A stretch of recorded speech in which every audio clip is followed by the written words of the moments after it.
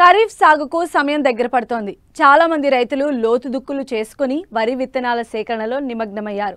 అయితే దొడ్డు గింజ రకాలను సాగు చేసే రైతులు ఏ రకం ఎన్నుకోవాలి, ఎప్పుడు నార్లు పోసుకోవాలి, ఎలాంటి యాజమాన్యం చేపట్టాలో రైతులకు తెలియజేస్తున్నారు నల్గొండ జిల్లా కాంపాసాగర్ వ్యవసాయ పరిశోధనా స్థానం సీనియర్ శాస్త్రవేత్త డాక్టర్ ఎన్ లింగయ్య.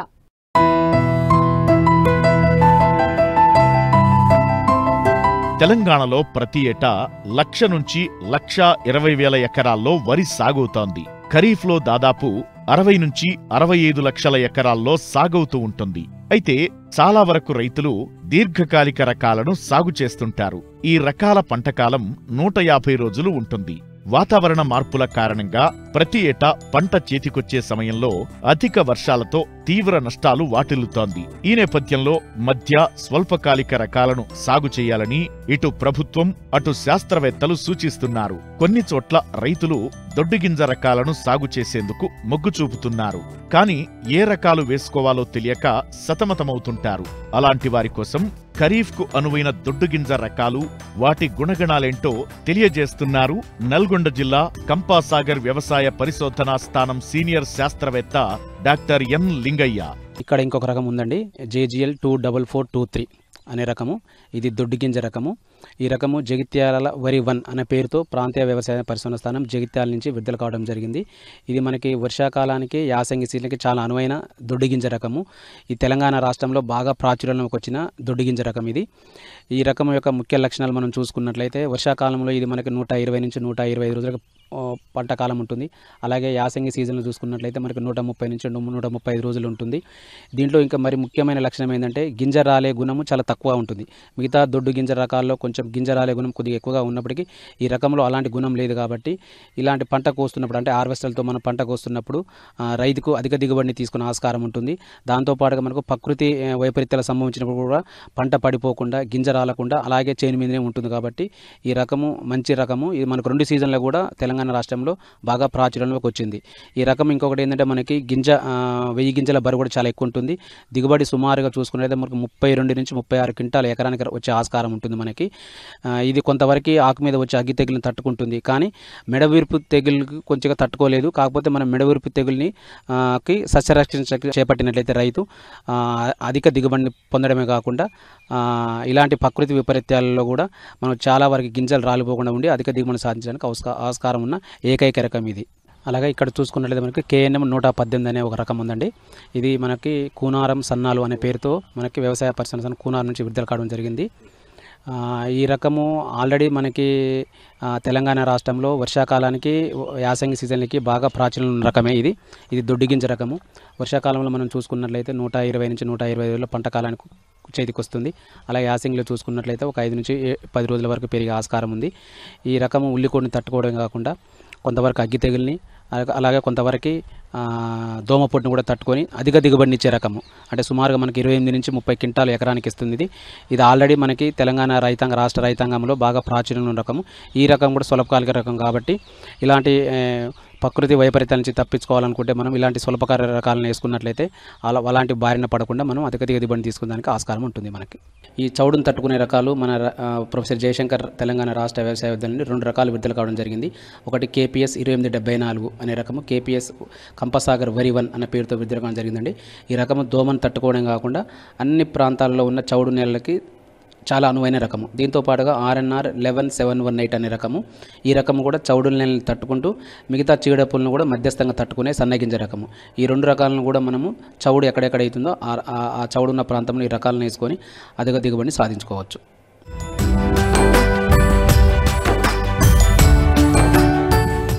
తెలుగు రాష్ట్రాల్లో పందిరి కూరగాయలను విరివిగా సాగు చేస్తూ ఉంటారు.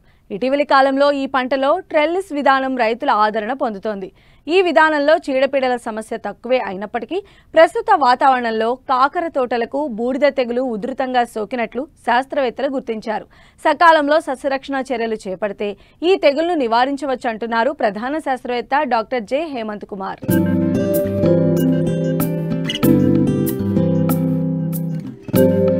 తీగజాతి కూరగాయల్లో ముఖ్యమైంది కాకర. పోషకాలు, ఔషధ విలువల పరంగా కాకరది విశిష్టమైన స్థానం. కాకరకు మంచి మార్కెట్ డిమాండ్ ఉండటంతో ఖమ్మం జిల్లాలో చాలా మంది రైతులు ఈ పంటను ట్రెల్లిస్ విధానంలో సాగు చేశారు. ప్రస్తుతం బూడిద తెగులు ఉధృతమవడంతో పంట నష్టం ఎక్కువ ఉందని రైతులు తెలియజేస్తున్నారు. గాలిలో తేమ, మంచు అధికంగా ఉన్నప్పుడు ఈ తెగులు ఉధృతి మరింత పెరుగుతుందని, దీని నివారణకు చేపట్టాల్సిన సస్యరక్షణ చర్యల గురించి తెలియజేస్తున్నారు ప్రధాన శాస్త్రవేత్త డాక్టర్ జె హేమంత్ కుమార్. ఖమ్మం జిల్లాలో సాగు చేస్తున్నటువంటి కూరగాయ పంటల్లో ముఖ్యమైనది చూసుకున్నట్టయితే ఈ తీగజాతి అనేది సాధారణంగా ఎక్కువగా సాగు చేస్తూ ఉంటారు. ప్రస్తుతం ఉన్నటువంటి వాతావరణ పరిస్థితులు కానీ చూసుకున్నట్టయితే ఈ తీగజాతి మీద ముఖ్యంగా బూడిద తెగులు అనేది ఎక్కువగా ఉన్నట్టుగా గమనించడం జరిగింది. తీగజాతిలో ముఖ్యమైనది కానీ చూసుకున్నట్టయితే కాకరలో దీని యొక్క ఉధృతి ఎక్కువగా ఉన్నట్టుగా గమనించడం జరిగింది. తడి వాతావరణం కనుక ఉన్నట్టయితే ఆ వాతావరణ పరిస్థితుల్లో తక్కువగాను, పొడి వాతావరణంలో ఎక్కువగా ఉండటం అనేది ఈ యొక్క బూజు తెగులు యొక్క ముఖ్య లక్షణంగా గమనించేదానికి అవకాశం ఉంటుంది. ప్రధానంగా ఆకులపైన తెల్లటి బూడిద వంటి శిలీంధ్రం పెరుగుదల మనకు సాధారణంగా గమనిస్తూ ఉంటాము. ఆకు అడుగు భాగాన్ని కూడా మరియు కాండం మీద కూడా ఈ యొక్క బూడిద తెగులు సంబంధించినటువంటి మచ్చలను గమనించేదానికి వీలుంటుంది. తెగులు ఆశించినటువంటి ఆకులు కానీ మనం చూసుకున్నట్టయితే పసుపు రంగు మారి వడిలిపోవడం అనేది సాధారణంగా గమనిస్తూ ఉంటాము. తద్వారా తీగ సాగకుండా కాయలు చాలా వరకు తక్కువగా ఏర్పడటం, అంటే దానికి సరైనటువంటి పోషకాలు అందకపోవడం అనేది సాధారణంగా మనం గమనించడానికి అవకాశం ఉంటుంది. ఎక్కడైతే ఈ యొక్క బూడిద తెగులు ఆశించిందో అలాంటి తీగలని కనుక పీకి నాశనం చేసినట్టయితే చాలా వరకు దీని యొక్క ఉధృతి ఒక మొక్క నుంచి ఇంకో మొక్క వెళ్లకుండా తద్వారా చాలా వరకు అదుపు చేసేదానికి అవకాశం ఉంటుంది. దాంతోపాటు కనుక చూసుకున్నట్టయితే ఎక్కడైతే తెగులు ఆశించిందో అలాంటి ప్రాంతాల్లో ప్రస్తుతం మార్కెట్లో దొరికేటువంటి శిలీంద్ర నాశనం అయినట్టయితే డైనాక్యాప్ అయినట్టయితే 2 మిల్లీలీటర్లు, లేదా ట్రైడిమార్ఫ్ అయినట్టయితే 1 మిల్లీలీటరు, లేదా మైక్లోబొటానిల్ అయినట్టయితే 0.4 గ్రాములు లీటర్ నీటికి కలిపి వారం 10 రోజుల వ్యవధిలో 2-3 సార్లు కనుక పిచికారీ చేసుకున్నట్టయితే ఈ యొక్క బూడిద తెగులను సమర్థవంతంగా అరికట్టి తద్వారా ప్రస్తుతం ఉన్నటువంటి పరిస్థితుల్లో కాకరలో బూడిద తెగులను అధిగమించి మంచి దిగుబడి సాధించేదానికి అవకాశం ఉంటుంది. తీగజాతి కూరగాయలకు ట్రెల్లిస్ విధానం రైతాంగానికి అత్యంత అనువుగా ఉంది. ఈ విధానంలో పందిరిని ఒకచోట నుంచి మరో చోటికి తరలించుకునే వీలుంది. అడ్డు పందిరి కనుక 2 వరుసల మధ్య అంతర పంటలను కూడా సాగు చేసుకునే వీలుంది. అయితే సమగ్ర సస్యరక్షణ చర్యల ద్వారా చీడపీడలను అధిగమిస్తే తక్కువ ఖర్చుతో మంచి ఫలితాలు పొందవచ్చు.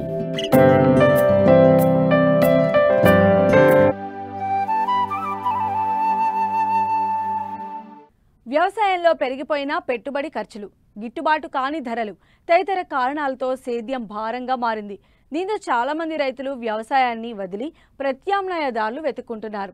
కానీ పశ్చిమ గోదావరి జిల్లాకు చెందిన ఓ రైతు పెట్టుబడులను తగ్గించుకుంటూ ప్రకృతి వ్యవసాయంలో కూరగాయలు పండిస్తూ అధిక లాభాలు ఆర్జిస్తున్నారు.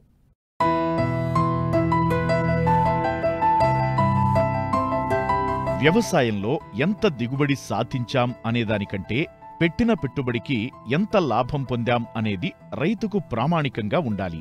తక్కువ ఖర్చుతో నాణ్యమైన ఉత్పత్తిని అందిస్తున్న ప్రకృతి సాగు విధానాలు వ్యవసాయంలో ఒక మంచి పరిణామంగా నిలుస్తున్నాయి. ఆదాయాన్ని మరింత పెంచుకునే విధంగా పంటల సాగులో రైతులు అనుసరిస్తున్న విధానాలు సేద్యం పట్ల మరింత భరోసాను నింపుతున్నాయి. ఇలాంటి సాగు విధానాలతో తోటి రైతులకు ఆదర్శంగా నిలుస్తున్నారు పశ్చిమ గోదావరి జిల్లా యలమంచిలి మండలం చించినాడ గ్రామానికి చెందిన రైతు వీరరాఘవులు.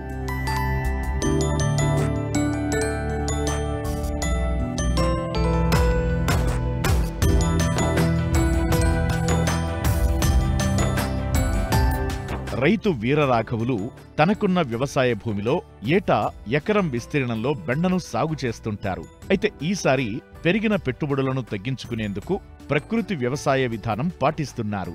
ఎలాంటి ఎరువులు, పురుగు మందులను వాడటం లేదు.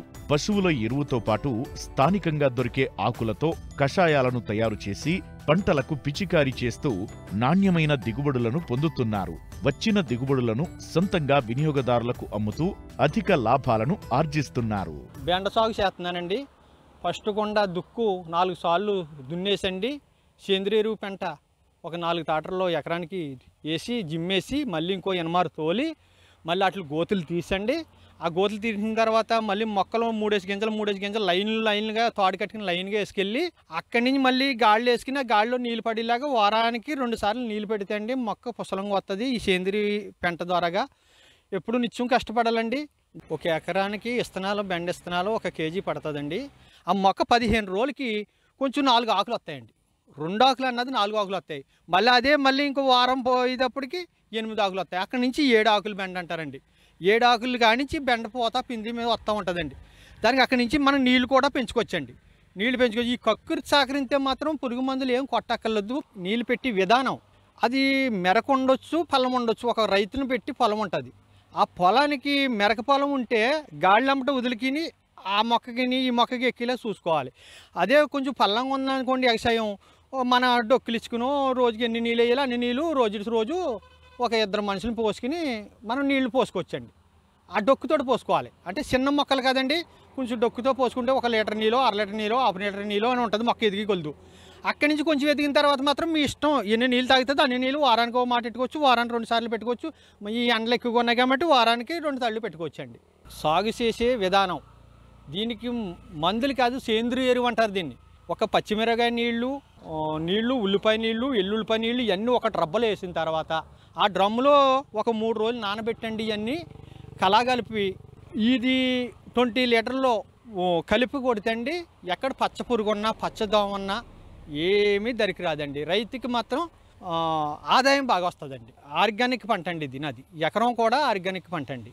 7 రోజులకు ఒక మాట పిక్చర్ చేసుకోవచ్చండి. ఇది 7 క్యాన్లు పట్టవచ్చు, 6 క్యాన్లు పట్టుకోవచ్చు. ఆకు పిండి మొత్తం అంతా తడిసిపోయేలాగా జాయిగా పరిగెట్టుకెళ్ళిపోకుండా కొట్టుకోవాలి. ఖర్చు తక్కువ, ఆదాయం ఎక్కువ వస్తుందండి. ఈ విధంగా అయితే బెండ సాగు 40 రోజులకి చేతికి వస్తుందండి. వచ్చిన తర్వాత ఒక రోజుకి 3 మనుషులు, అలాగే మళ్ళీ 40 రోజులు ఈ పూత పిండి పోతూ ఉంటుంది. మనకు ఈ 3 కూడా కోస్తానే ఉండాలండి. చేతికి వచ్చిన పంట అంతా కూడా నేను దళారీలకి ఇవ్వను, డైరెక్టర్గా నేనే అమ్ముకుంటాను. ఇది ఆర్గానిక్ పంట కదండి, 10 మంది బాగోవాలని నేను ఎత్తాను. ఆ కొన్న వాళ్ళు కూడా మళ్ళీ వచ్చి మా గ్రామంలో ప్రజలందరూ కూడా నాకు షాపు దగ్గరికి వస్తారు. ఈ పట్టు కూడా వంకాయ పెట్టినా, బెండకాయ పెట్టినా, ఆనపకాయలు పెట్టినా ఏ పంట అయినా సరే ఆర్గానిక్తో పండించి నేనే సొంతంగా అమ్ముకుంటున్నాను. బెండ తోట ఆదాయం ఈ 90 రోజుల్లో 1,20,000 ఖర్చు అవుతుంది. అతికి లాభం ఇవన్నీ పోను 1,20,000 ఖర్చు పోను 2 లక్షల ఆదాయం సంపాదించుకోవచ్చు ఈ 90 రోజుల్లో. ఇది ప్రతి రైతు కూడా ఆర్గానిక్ పంటలు పెట్టుకుని చక్కగా ఎవరి వాళ్ళు కష్టపడి చేసుకుంటే అందరికీ ఈ 90 రోజుల్లో 2 లక్షలు మిగులుతుంది. పెట్టుబడి పోను. మండే ఎండల గురించి వాతావరణానికి ఏమేం పోషకాలు తీసుకోవాలి అన్నీ కూడా తీసుకున్నాను. ఇంతవరకు కూడా నా బెండ తోట చాలా బాగుందండి. చక్కగా పూత పిండి మీద ఉందండి. ఎక్కడికి ఇప్పుడు నాకు మాత్రం సేంద్రియ ఎరువు వల్ల మన లాభమే కానీ మనకి నష్టం లేదు. కానీ ప్రతి ఒక్కరు కూడా మీరు ఇలా సాగు చేసుకుని, ప్రతి రైతు కూడా సాగు చేసుకుని అందరూ బాగోవాలని సెలవండి.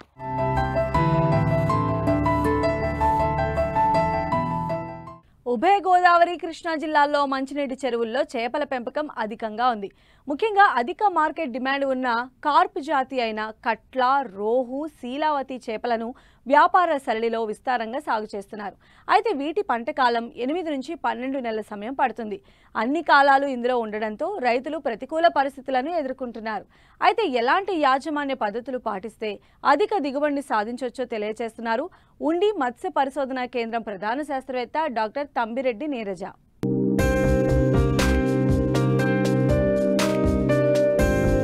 మంచినీటి చెరువుల్లో చేపల పెంపకం గతంలో కంటే అధికంగా పెరిగింది.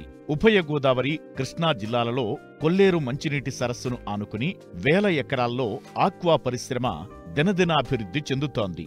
రొయ్యలతో పోలిస్తే చేపల పెంపకంలో ఆదాయం తక్కువ ఉన్నా స్థిరమైన రాబడి ఉండటం, నష్టభయం తక్కువ ఉండటంతో రైతులు ఈ కల్చర్ వైపు అధిక ఆసక్తి చూపిస్తున్నారు. ప్రధానంగా కట్ల, రోహు చేపలను వాణిజ్య సరళిలో సాగు చేస్తున్నారు. ఎకరానికి 2000 నుంచి 2500 పిల్లలను వదులుతున్నారు. వీటితో పాటు చెరువు అడుగు భాగం కాలుష్యం కాకుండా కొరమీను, గ్రాస్ కార్ప్ వంటి చేపలను ఎకరాకు 100 నుంచి 200 వరకు వదులుతారు.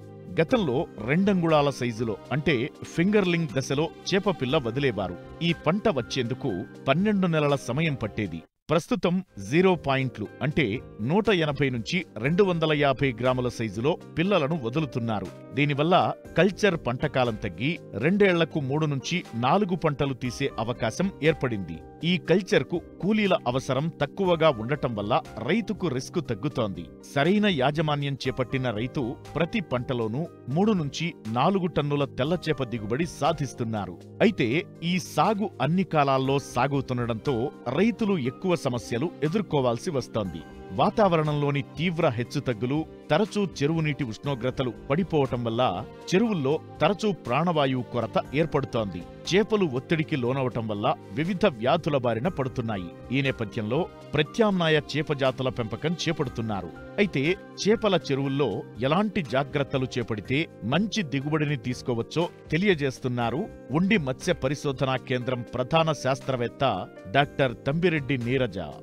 ఉభయ గోదావరి జిల్లాలలో మంచినీటి చేపల విషయం పెంపకం చూసుకున్నట్లయితే తెల్ల చేపలైనటువంటి కార్పు జాతి చేపలు అంటే కట్ల, శీలావతి, మోసు చేపలు ఎక్కువగా పెంపకం చేయబడుతూ ఉన్నాయి. అయితే వీటి పెంపకంలో కొన్ని రకాలైనటువంటి ఇబ్బందుల వల్ల రైతులు ప్రస్తుతము ప్రత్యామ్నాయ జాతులైనటువంటి పంగాసు మరియు రూప్చంద్ చేపలపైన కూడా కల్చరు చేయడం అనేది దృష్టి సారిస్తూ ఉన్నారు. తదనుగుణంగా తెల్ల చేప పెంపకము కాస్త తగ్గుముఖం పట్టడము, దాని ప్లేస్లో ఈ పంగాసు అదే రకంగా రూప్చంద్ పెంపకం ఎక్కువ అవడం కూడా మనం గమనించడం జరుగుతూ ఉంది.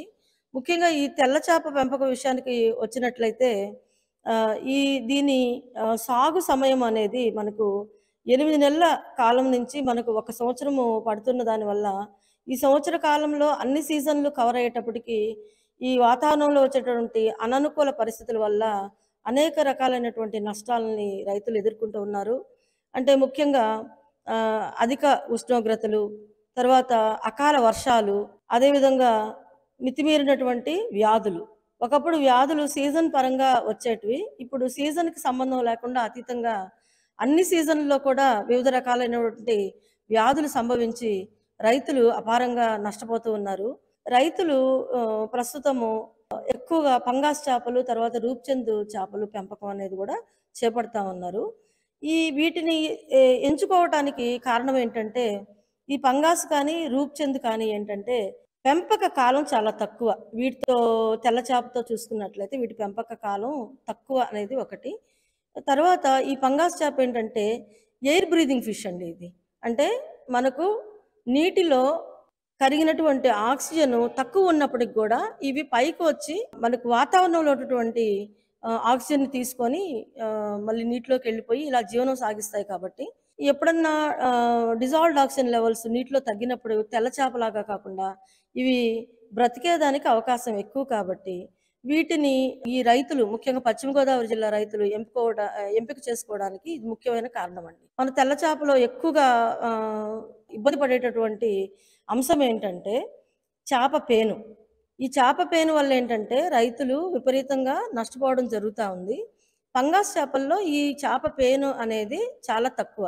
ఎందుకంటే పొలుసులు ఉన్నటువంటి చేపల్లో ఈ చేప పేను అనేది వాటి శరీరం పైన ఆవహించి వ్యాధి కలుగు చేస్తుంది. దీనివల్ల ఏంటంటే చేపలు మేతలు తినకుండా ఆగిపోవటము, నీరసించిపోవడం, చనిపోవడం జరుగుతుంది. ఈ పంగాస్ చేపకి శరీరం మీద పొలుసులు అనేటివి ఉండవు కాబట్టి ఈ చేప పేను ఆవహించడం అనేది జరగదు. దానివల్ల కూడా ఏంటంటే రైతులు ఈ పంగాస్ చేపను ఎంపిక చేసుకోవడం జరుగుతుంది. అంతేకాకుండా తక్కువ ఖర్చుతోటి, మేత ఖర్చులతోటి అనతి కాలంలోనే వీటిని మనం దిగుబడి చేసుకునే అవకాశం ఉంది. కాబట్టి రైతులు ఈ పంగాస్ చేప వైపు మొగ్గు చూపడం జరుగుతూ ఉంది. అదే రకంగా మనం రూప్చంద్ చేప విషయానికి వస్తే ఇది విదేశాల నుంచి దిగుమతి చేసుకొని పెంచడం జరుగుతూ ఉంది. ఇది ఎక్కువగా ఏంటంటే మాంసాహార చేప అండి. ఈ మాంసాహార చేప అయినప్పటికీ ఇది తక్కువ వ్యవధిలో మనకు సైజులు వచ్చేస్తున్నాయి. కాబట్టి అంటే 1 కేజీ సైజు రూప్చంద్ చేప ఏంటంటే మనకు 6 నెలల నుంచి 7 నెలల కాలంలో సైజుకి వచ్చేస్తుంది. కాబట్టి రైతుకి తక్కువ వ్యవధిలో మనకు పంట పట్టుబడి చేసుకోవచ్చు అనే ఉద్దేశంతో తర్వాత వీటి నంబర్ కూడా ఎక్కువ వేసుకొని చేసుకోవచ్చండి. తెల్ల చేప విషయానికి వస్తే ఎకరానికి 2000 నుంచి 2500కి మించి మనం వేయటానికి లేదు. అదే రకంగా మనము రూప్చంద్ కానీ లేకపోతే పంగాస్ చేప విషయానికి వస్తే ఎకరానికి మనకు 8000 నుంచి 10,000, 12,000 వరకు వెళ్తూ ఉన్నారు. కాబట్టి తక్కువ విస్తీర్ణంలో ఎక్కువ పట్టుబడి, ఎక్కువ దిగుబడి సాధించేదానికి అవకాశం ఉంది. కాబట్టి వీటిని ఎంచుకున్నారు. అయితే ఈ విషయంలో కూడా నేను చెప్పదలుచుకున్నది ఏంటంటే ఎటువంటిదైనా సరే, పంగాస్ అయినా సరే, రూప్చంద్ అయినా సరే, వీటిల్లో కూడా కొన్ని రకాలైనటువంటి వ్యాధులు అనేటివి ప్రస్తుతము ఇబ్బంది కలుగజేస్తూ ఉన్నాయి. వాటిల్లో ముఖ్యంగా ఏంటంటే శంకుజలగ, అదే రకంగా ఏంటంటే మొప్పకుళ్ళు, తాటాకు తెగులు, ఎర్ర మచ్చ వ్యాధి అంటే రెడ్ డిసీజ్ అంటారు. కాబట్టి ఇవి ఒక చేప పేను విషయం తప్పిస్తే ఇవన్నీ కూడా వీటిల్లో కూడా ఆవహించి రైతులు నష్టపోతూ ఉన్నది మనము అబ్జర్వేషన్‌లో తేలింది కాబట్టి వీటి పెంపకంలో కూడా తగిన జాగ్రత్తలు వహించి చేసుకున్నట్లయితే రైతుకి లాభదాయకంగా ఉంటుందే కానీ వీటి నుంచి వ్యాధుల నుంచి అయితే తప్పించుకునే దానికి వీటిలో కూడా అవకాశం లేదండి. ముఖ్యంగా ఇప్పుడు చేపల్లో మనం మంచినీటి చేపల పెంపకంలో చూస్తున్నటువంటి ప్రధాన వ్యాధుల్లో అతి ముఖ్యమైనది ఎర్రమచ్చ వ్యాధి అండి. ఈ ఎర్రమచ్చ వ్యాధి అనేది చేపల్లో ఏరోమోనాస్ అనేటువంటి బ్యాక్టీరియా జాతికి సంబంధించినటువంటి అనేక రకమైన ప్రజాతులు ఉన్నాయి. వాటి వల్ల ఈ వ్యాధి అనేది రావడం జరుగుతుంది. అయితే ఈ ఏరోమోనాస్ బ్యాక్టీరియా అనేది నీటిలో మమేకమై ఉంటుందండి. ఎప్పుడు కూడా అది లేకుండా చేపల చెరువులు అనేది ఉండవు. కానీ ఎప్పుడైతే చేపల చెరువుల్లో అననుకూల పరిస్థితులు ఏర్పడతాయో, సో చేపల చెరువు అడుగు భాగంలో ఈ సేంద్రియ పదార్థం అనేది ఎక్కువ పేరుకోపోయినప్పుడు చెరువు అడుగు భాగంలో ఎనరోబిక్ కండిషన్స్ ఏర్పడిన దానివల్ల ఏంటంటే చేపలకి ఈ స్ట్రెస్కి గురయ్యి ఇవి మనకు జబ్బును పడతాయి. ఈ ఏరోమోనాస్ అనేటివి బాగా పెరిగిపోయి చేపల్లో వ్యాధి కలుగజేస్తాయి. కాబట్టి ముఖ్యంగా ఈ చేపల చెరువులు ప్రతి 2 సంవత్సరాలకు ఒకసారి 2 నెలలైనా ఎండగట్టి వాటి కింద పేరుకున్నటువంటి ఆర్గానిక్ మెటీరియల్ అంటే సేంద్రియ పదార్థాన్ని తొలగించి తర్వాత సూర్యరశ్మికి ఆ చెరువుని మనకు ఎక్స్పోజ్ చేయడం వల్ల ఏంటంటే అక్కడ బాటంలో ఉండేటటువంటి బ్యాక్టీరియాలు అన్నీ కూడా చనిపోయి మనకు తర్వాత మనం చేసుకునే కల్చర్ సక్సెస్ఫుల్గా చేసుకోవచ్చు.